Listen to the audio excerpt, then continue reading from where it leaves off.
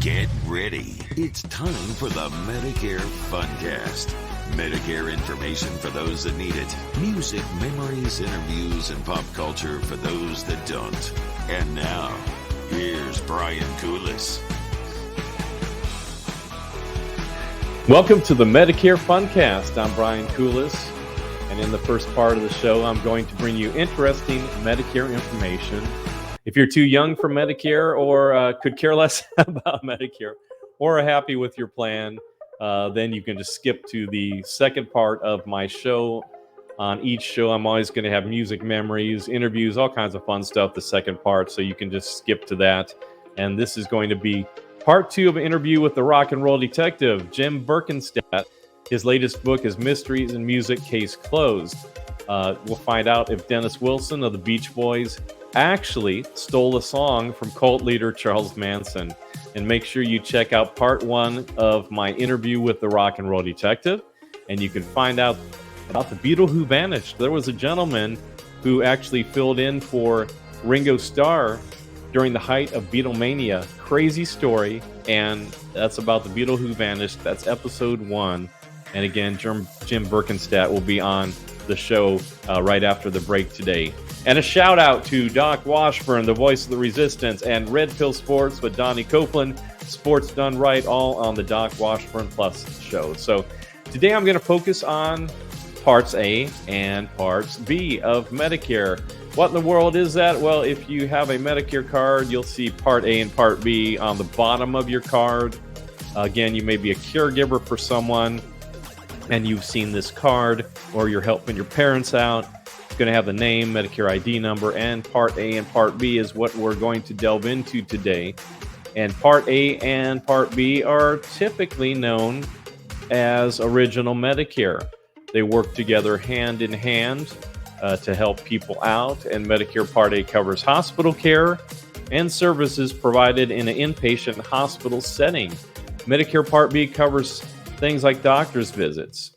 Medicare Part A and Part B are 2 aspects of healthcare coverage that the Centers for Medicare and Medicaid Services provide.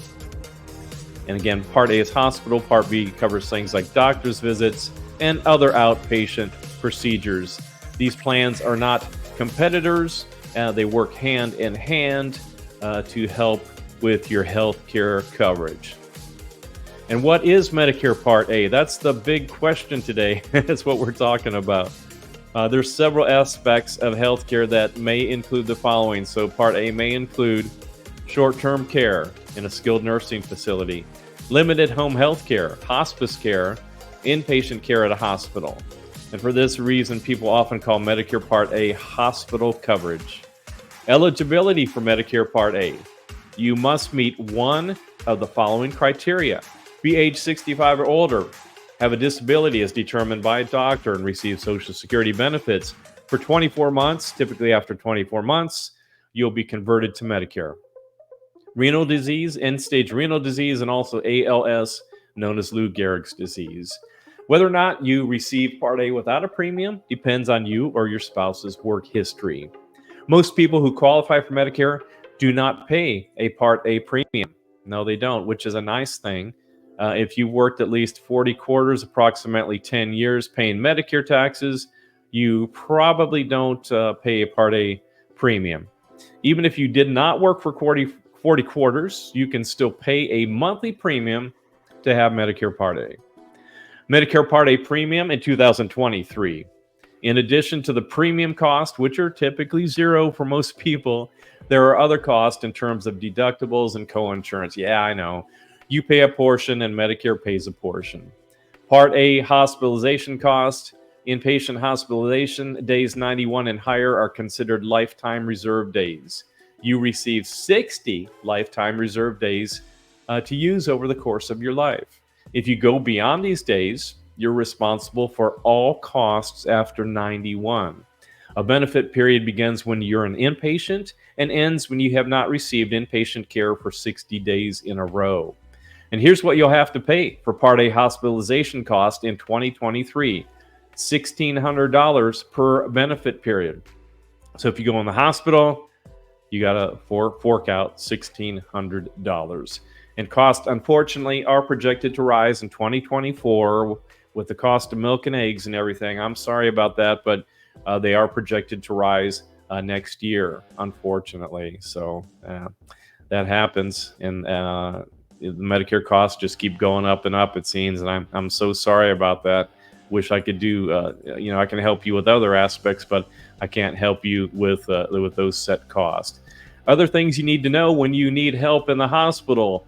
Medicare reimbursement often depends on whether the doctor declares you as an inpatient or under observation. If you are not officially admitted to the hospital, Medicare Part A will not cover the service, but sometimes Part A might. There are also aspects of hospital care that Medicare Part A does not cover. They will not cover the first 3 pints of blood, private nursing care, and a private room. Medicare Part A pays for a semi-private room, but if private rooms are all your hospital offers, Medicare will usually reimburse them. So that was a synopsis of Part A. What is Part B? Part B as in boy. Medicare Part B, things like doctor's visits, outpatient therapy, durable medical equipment, oxygen, and things like that. And in some cases, they will cover prescription drugs and some injections, but typically, if you do have prescriptions and in need of more pharmacy drugs, you're probably going to check out a Part D drug plan. It's called a standalone Part D drug plan. And some people call Part B medical insurance. And for Medicare Part B eligibility, you must be 65 or older, a U.S. citizen, and you must be legally and permanently resided in the United States for at least 5 years in a row. So if you're in the United States for 5 years, you can also qualify for Medicare Part B. And the cost for Part B depends on when you enrolled in Medicare and your income level. If you enrolled in Medicare during the open enrollment period and your income did not exceed $97,000 for an individual, $194,000 for a married couple, you're going to pay $164.90 for your Medicare Part B premium in 2023. And again, sorry to be the bearer of bad news, Part B is projected to increase for 2024. If you make $500,000 or more as an individual or $750,000 as a couple, you may pay higher cost and more than likely pay higher costs for Part B premiums. And if you receive benefits from Social Security, the Railroad Retirement Board, or the Office of Personnel Management, these organizations will deduct the Medicare deductible before sending you your benefits. If you are not drawing a Social Security check, you're going to have to send in a quarterly check to Medicare for that $164.90.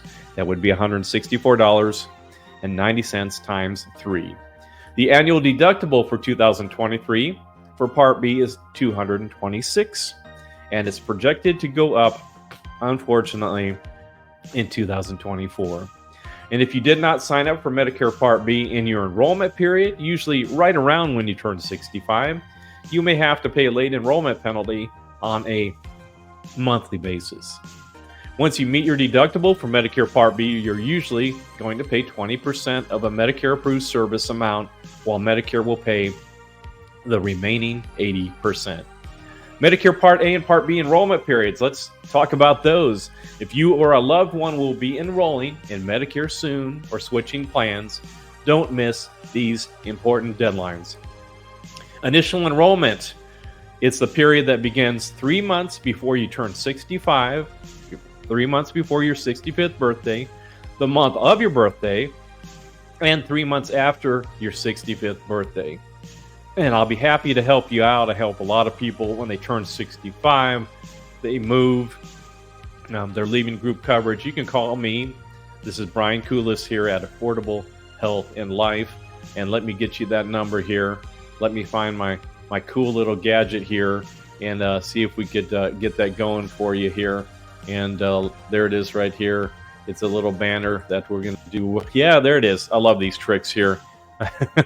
You can call the Medicare Fundcast 501-307-1396. And you can email me at medicarefundcast@gmail.com. I'm happy to help you. I've been doing this for about 15 years, specializing in Medicare plans. I've been in the broadcast field for 30 years, so this show is really a mishmash, a mashup of having fun and interviewing people and talking about pop culture, but also bringing you some interesting Medicare information that you need to know. So typically, if you are receiving Social Security benefits, you will receive your Medicare card several months before you turn 65. If you are still working or if you are delaying Social Security, you may not automatically be enrolled in Medicare Parts A and B. So sometimes I'll get a customer that says, well, I haven't received my Medicare card. Well, a few times it's thrown in the trash because Medicare card, of course, it comes in a nondescript envelope.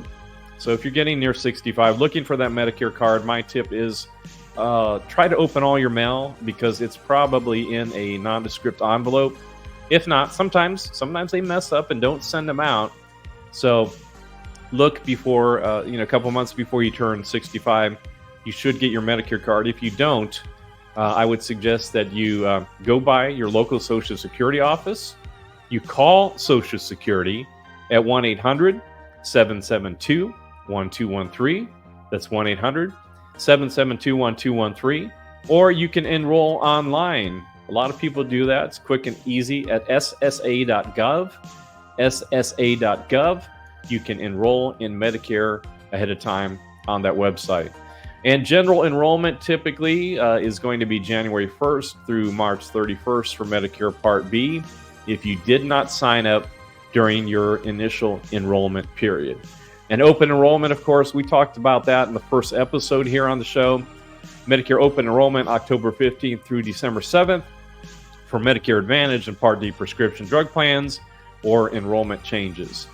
So here's the takeaway. Medicare Part A and Part B are two parts of Original Medicare that together help cover most of your healthcare needs by helping pay for hospital and medical costs. Enrolling in these plans in a timely fashion, typically 3 months before to 3 months after your 65th birthday, is really vital in making the plans as low cost as possible. And Medicare plan options and costs are subject to change each year. And I'll be happy to help you navigate through the Medicare maze. I do not work for Medicare. I'm an independent owner and agent. I am not employed by Medicare. I do offer 7 plans in Arkansas. I don't offer all the plans. In fact, you can call 1-800-MEDICARE or Social Security to find out about other plans I don't cover. I do cover about 7 major plans in Arkansas and many of the states in the United States. If I am not licensed in a state, you call me, I'm not licensed in one of those states. I do have connections that can help you find a really great agent. So I will definitely bend over backwards to help you. And my company, again, is Affordable Health and Life. And the number here, again, is scrolling down at the bottom of the screen. I like that. That's cool. So, so make sure that you enroll. You can enroll 3 months ahead of time so that you're not subject to penalties and things like that. And then you could also look into Medicare supplements, Medicare Advantage, and prescription drug plans. So stay tuned after the break for part 2 of my interview with the rock and roll detective Jim Berkenstadt. His latest book is Mysteries in Music Case Closed, and you can find out if the Beach Boys' Dennis Wilson stole a song from cult leader Charles Manson. Well, this is fun. Let's do a little commercial break, and then we'll be back with Jim Berkenstadt.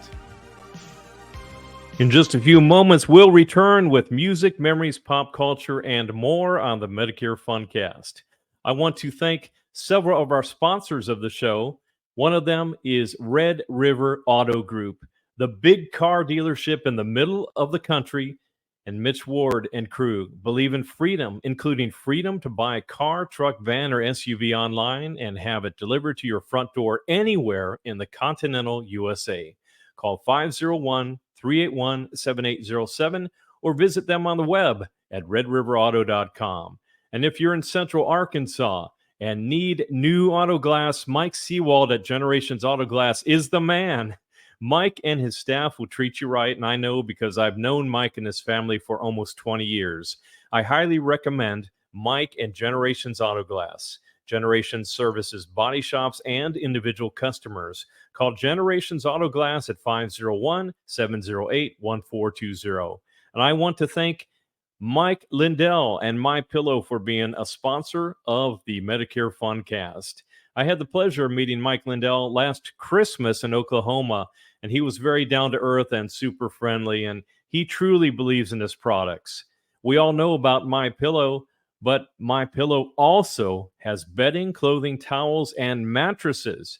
And you can get big savings with my promo code. That's my last name, Kulis, Kulis, S as in Sam, Kulis, promo code. And you can go to mypillow.com. And check this out. These are my slippers from MyPillow, moccasin style, and they have them in pink. I bought some for my wife, Deanne. I wore these through the spring until it got a little warmer out, and then I'm going to start wearing them again here pretty soon. And boy, they are so comfortable that I wore them to Chewy's Mexican restaurant, and my wife looks down and says, "Why are you wearing your MyPillow slippers to Chewy's?" They were so comfortable, I just forgot. But yeah, you can wear them out on the town, and really, they're great. And those are in different colors, and you can go to mypillow.com, use the promo code KULIS. And a lot of people don't know that Mike also has another website where he promotes American-made products, and you can find automotive, appliances, coffee, home goods, outdoor items, pet supplies, tools, and more. And you can go to allamericanmade.com, and you can use the same promo code, my last name, Kulis, Kulis, promo code, and get big savings. We now return to the Medicare Funcast with Brian Kulis. And I guess I'm going to segue. Another book that I just read of yours is Mysteries in the Music, Case Closed. And that is just an amazing book. How would you describe that book? Mm-hmm. Well, Mysteries in the Music, Case Closed really is an attempt to tell 8 different stories. And in general, I'm examining secrets, myths, legends, conspiracies, and hoaxes. And these are some of the inexplicable events that, to me, are such an intriguing part of rock and roll history. So, for example, I travel back to the 1950s to uncover who really discovered Elvis Presley. A lot of people just assume it's Sam Phillips, and they go with that story, and it's been passed along for many years. I find that was not quite correct. He does deserve some credit, but not sole credit, as he's often taken. I revisit the 1960s when a famous folk troubadour tried to form a supergroup with members of the Beatles and the Rolling Stones. They were called the Masked Marauders, and there was a famous review in the Rolling Stone magazine that talked all about it. I go behind the scenes of the CIA installed in Jamaica in 1976 to discover whether that spy agency tried to influence the election there that was coming up and arrange for the assassination of reggae superstar Bob Marley. I look at the Beach Boys and whether or not they actually stole a song and the copyrights from Charles Manson. That was a very interesting one. And I look at the secrets in the making of Nirvana's Nevermind album that came out in the 90s. So I try to pick different decades. And then also I do a story about another gentleman, a black sharecropper from the 1920s named Charlie Patton, who also used pseudonyms to sell more records, to become more famous, that sort of thing. And I've always been fascinated by the use of pseudonyms in rock and roll, and there are different reasons that people decide to use them. They can be contractual, they can be to sell more records, and not not look like you're cannibalizing yourself too frequently with recordings. They can be they can be like the Traveling Wilburys, where you Yes. don't want the pressure of everyone expecting, you know, some amazing deal. You don't put pressure on yourselves by just making it a fun thing with different names. And that was a terrific information about the Traveling Wilburys too, because they created their whole own little universe of pseudonyms and Right. their own little world that I really didn't know much about. That I always enjoyed their music, and it was just amazing music that came out of them. But they created their own little world. They really did. It was a mythology was created for their whole sort of history and background. And they were going to, in fact, I write about this too. They were going to create along with members of Monty Python, they were going to create a little documentary that would be like 1 or 2 hours. It would just be a fun Oh wow! Yeah, continuation of that. I right. wish it had been made, but you know, things happen sometimes. Because But George Harrison, he was really intertwined. Didn't he finance Life of Brian and some other Monty that's Python right. movies? Right. Yeah, definitely Life of Brian. I'm not sure about others, but he did. And then Right. he, as a result of the success of that film, he was then able to start his own film production company, Handmade Films, and they made some very excellent, high quality films. I would recommend to your listeners that if they, you know, enjoy interesting, independent films, not blockbuster type stuff, that thought-provoking films, funny films, that they do some searching of handmade films. Many of them are available. And speaking of George Harrison, you're also a consultant to the George Harrison estate. That's correct. Yeah. And what does that entail? Well, I've worked on the George Harrison box set collections. I've worked on the re-release of the Concert for Bangladesh. I worked with Olivia Harrison when she was putting together a display of George's memorabilia and such at the Rock and Roll Hall of Fame. The most recent thing I worked on there was the All Things Must Pass box set that Yes. was one beyond the one George did at the end of his life. And again, I tried to find all of the interviews, all of the rare tracks and things that might be considered for that release, and tried to provide information on people who maybe weren't credited on the original album but should have been, things like that. And yeah, and then of course the Martin Scorsese documentary, that was a 3-year project with Olivia and Martin Scorsese to come up with whatever was needed for that film to be made. I think it's like a 4-hour film, and I remember going to New York several times, and one of the times working with this gentleman, David Tedeschi, I think is his name. He was the editor. He said, you know, you've seen all types of George Harrison and Beatles with George Harrison footage over the years, and we want this movie to be really fresh.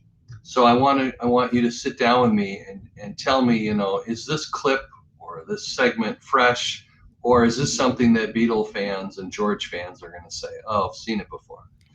So I came up with one where George is sitting at a TV console at a TV studio, and there's a little black and white picture of the Beatles playing, and George is laughing, and John's wearing his glasses or something. So it's probably from 62 or 3. And I said, oh, this is brand new. I said, I'll bet you this has never been broadcast, and that it probably was mislabeled at some TV news station and got put in the wrong place. And he said, how could you possibly know that? I said, because if it had been broadcast, I would have seen it, or I would have had a copy of it. So it was fun to, you know, be able to share my knowledge with them, especially on something where I know fans don't want to see the same exact clips over and over. That's I think right. that movie really is excellent movie for people who want to know about George Harrison's life. Yeah, quite an amazing person. And how is Olivia to work with? Are you good friends with her? Well, I don't want to say I'm good friends unless if she says we're good friends, then we're good Oh, friends. okay, But that's good. That's good. I would say that, I think she's an amazing person and she's a real delightful person to work with. She's very gracious, very charitable. She's just a wonderful person. I can't say enough about her. And going back to your book here, Mysteries in the Music, I was really intrigued. I'm a big Beach Boys fan. Always Mhm. heard a little bit about Dennis Wilson's connection with Charles Manson. And again, I don't want to give away the story here, Mhm. but it's just amazing how all that intertwined with the Beatles and Charles Manson and the horrific murders and things that happened during that time. Yeah. Yeah, it's just a crazy story that, probably wouldn't happen today, but at the time, Manson wanted to get his word out to try to create more followers. And he thought the best way to do that, since he had learned guitar and played and written a few songs in prison, he thought the best way to do that is to get a recording contract. So he actually sent out these young girls who were members of his cult to try to get in with rock stars. And two of them were hitchhiking, and Dennis Wilson picked Right. them up. And unfortunately for Dennis, that sort of set off a very distressing relationship that eventually, caused him to a lot of misery and pain once those murders took place. But at the time, Manson was just thought to be another, giggly guru, just like the Maharishi. That's And, right. and Yeah. yeah, Yeah. and Dennis, Hindsight's 2020. Had no idea. Brian, Dennis and the Beach Boys had met the Maharishi, the same one the Beatles had met. And so I think he thought this was the same sort of thing. And I think people who had had a lot of success earlier in their lives needed some help in understanding, what's life about. I have all this money and fame and girls and everything, but, I need to figure things out. And at the time, actually, Dennis needed to figure out how to write a song because he was a drummer. And Manson moved into his house Yes. Right. without being invited, and Dennis let him and the girls stay there. And he noticed how easily Manson could just pick up a guitar and just create a song out of thin air. And at the time, Brian Wilson was having mental health issues and couldn't crank out the hits anymore. He was laying in bed. So the other Beach Boys at that time had to step up, and they all had to contribute something to the next album. And Dennis, unfortunately, decided to enter into some sort of transaction with Manson over one or more songs, and the rest is in the book. And yeah, I guess Dennis was just a kind soul and Yeah, would just give out his money, open up his house, right. buy things for Charles Manson and his quote family, and it was Yeah. just a really tough situation there. And I guess Charles Manson really, like you said, he was a decent guitarist and also Hmm. could just make up lyrics and songs on the spot, just very quick witted in that regard. Yeah, Neil Young was quoted as saying that Manson was maybe the first rapper or something like that, Right. Okay. because he'd Wow. he'd sort of rap out these words and things, and many of them were though about trying to get more females into his cult. Pretty pretty girl, Yes. lose your ego, lose your life, and just come to me and tell me that you love me. All those sorts of uh, statements to try to get girls to like him. Just amazing. And again, your books are terrific. Thank Mysteries in you. the Music and fantastic book. And The Beetle Who Vanished, about Jimmy Nickel, who many of us did not know about. Many of you still don't know about. You got to definitely get these books on Amazon. And what was the other best website to go to for information about Rock and Roll Detective and your books? The rockandrolldetective.com. Okay. Just rockandrolldetective.com is an overview of my work. All these books are available at Amazon. If you forget the name of the books, you can just type in Jim Berkenstadt. Also, there is a website for Mysteries in the Music. That one is musicmysterybook.com. And that, again, for signed copies or just to learn more about each book. Both of those sites, thebeatlewhovanished.com and musicmysterybook.com, have a place where you can sign up for the email list and at the same time download a free excerpt of the book to see if it's something that you think would interest you. Well, Jim, thank you for being on the show today. This has been super interesting, and love to have you back again in the near future. Thanks very much, Brian. It's been a real pleasure for me and an honor to be on your show, and I definitely look forward to coming back sometime. All right. Thank you so much. Awesome. Thanks for watching the Medicare Funcast with Brian Kulis. Make sure that you like, share, and subscribe. It's been fun. We'll see you next time.